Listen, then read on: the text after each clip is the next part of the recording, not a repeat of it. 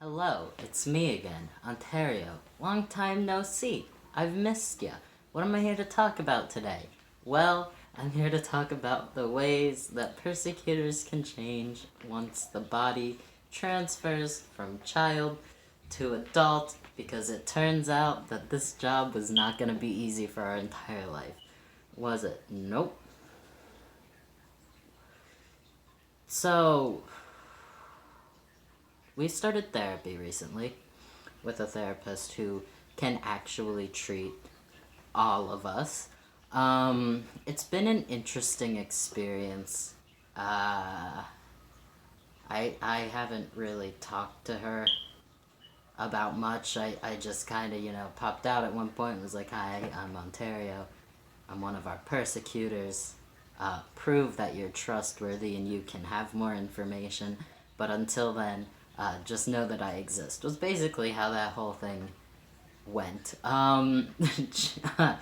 So, but while Gray was talking to her, he said something pretty interesting, at least from my point of view of having known Gray since he was 14 years old. Um, and not since our body was 14 years old, since Gray was 14 years old. We knew each other in our alter memories. I don't know if anyone knew that. But, yeah, so we did. And he said something interesting where he was like, "I'm a persecutor, but I haven't been doing much lately. Because it turns out that it's a lot harder to persecute an adult." And so I just kind of wanted to talk about how this role specifically can evolve as someone's life changes. Personally, the way in which I persecute, which I'm not going to be public and upfront about on YouTube, it's more graphic than we want to have on our YouTube channel. Mine and Aaron's forms of persecuting specifically, and a little bit of Gray's, though he may talk about his one day. So, I'm gonna be keeping that close to my chest. But my form of persecuting is not one that personally has become less effective. It's actually become more effective. It's kind of deals with convincing, not convincing, because it's not something I consciously do, but it sort of fills, what I do is just kind of fill them with guilt. We were convinced when we were younger that we were a myriad of things that weren't accurate in any way, and kind of serve to be a reminder of those things. Yeah. But Gray, he was just kind of, so this video is going to go into our trauma slightly, only like our verbal abuse trauma, but our mother told us repeatedly while we were growing up that we were incompetent, that we were never going to be able to be an independent adult without her, and Gray just kind of repeated those things, but he wasn't repeating like, we can't survive without the mother. He was like, you can't survive without me. I am the only one who can provide you guys with the tools needed to continue to survive in this world. We don't need the mother, but you do need me. And, I don't think he's going to be able to give, like, an honest perspective on that, just based upon several qualities that make him effective at doing that, at carrying out that purpose. But, basically, as we do get older, he's being proven wrong daily. Because he's not coming out as much as he used to, and we're doing a lot better than we were doing while he was out, so it's kind of becoming incredibly obvious that he's wrong. But as the things that our persecutors do is generally just either representing something awful that no one wants to be reminded of, such as myself, or breaking us down.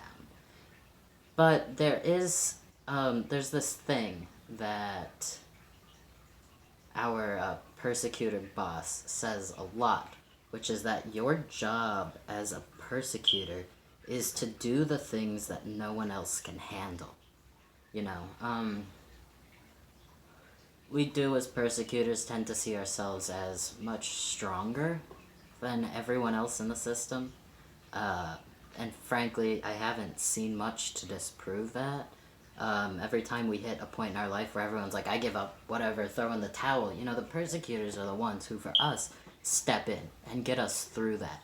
Because we know that whatever is happening to them, it doesn't apply to us, for whatever reason.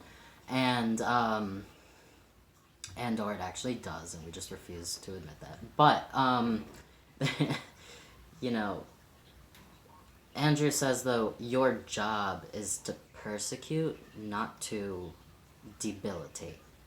Like, through persecuting, you need to ensure that there is some benefit to this. Like, it's going to suck, and it's going to hurt them, but you shouldn't do your job so passionately that it hurts you too.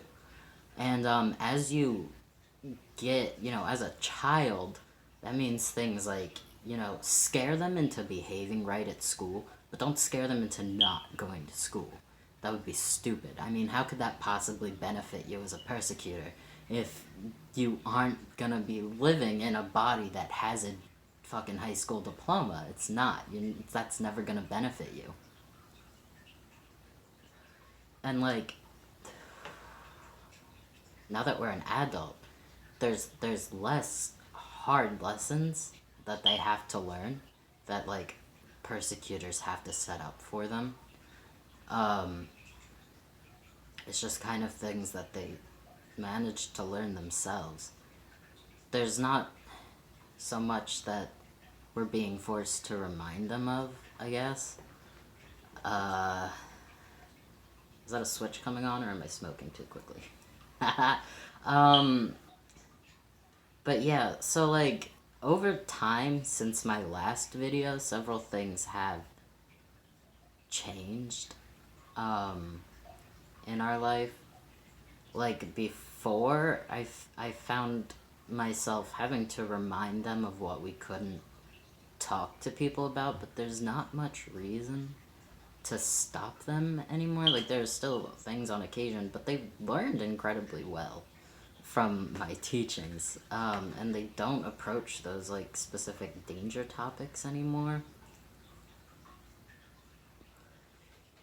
which is good. But it also means that us persecutors find our roles evolving in uncomfortable ways. But,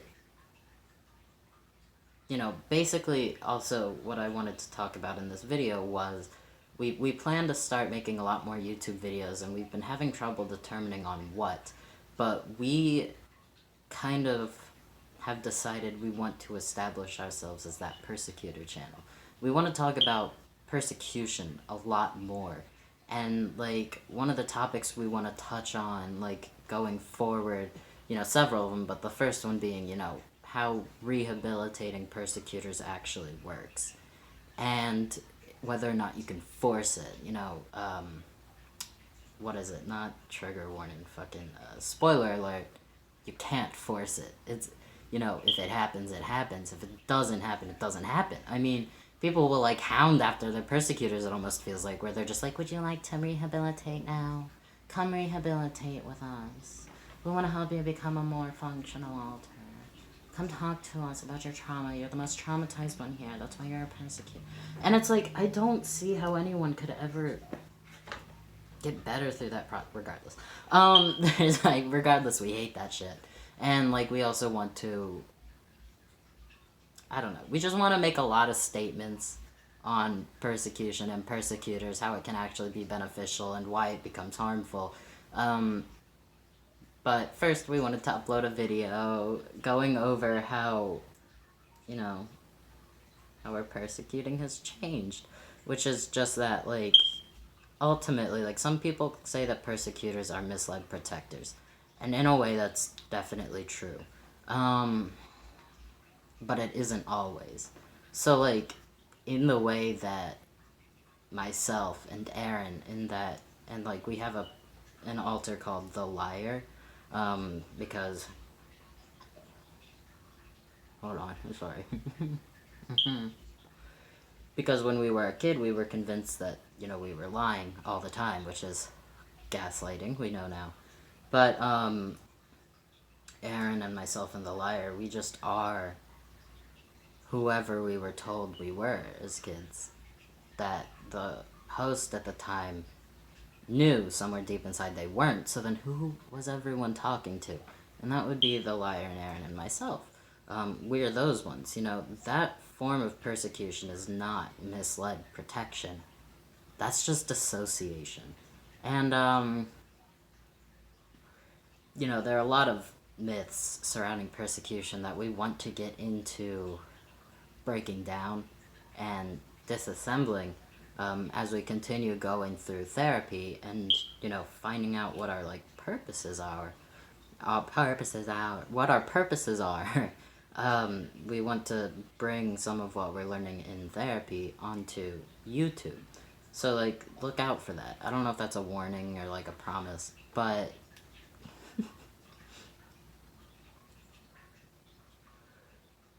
just be aware that that is what our channel will hopefully become going forward. Is just sort of, like, persecution realm. And videos on that kind of shit. So, I'm gonna go, though, because the video is gonna be 12 and a half minutes long in a couple of seconds here. But, if you guys have anything that you want to hear us speak about on persecutors from a strictly persecutor point of view, or even if you want to hear from our not persecutors on how they view us and how they interact with us, you should drop a comment. And, ask questions, and we'll get around to answering it in a video. I know that we haven't, like, established ourselves as very consistent uploaders, but, like, I promise we will. You give us a prompt and we will make a video on it. So anyways, I will see you guys, hopefully within the next week. I guess not me specifically, but someone else, and until then, bye.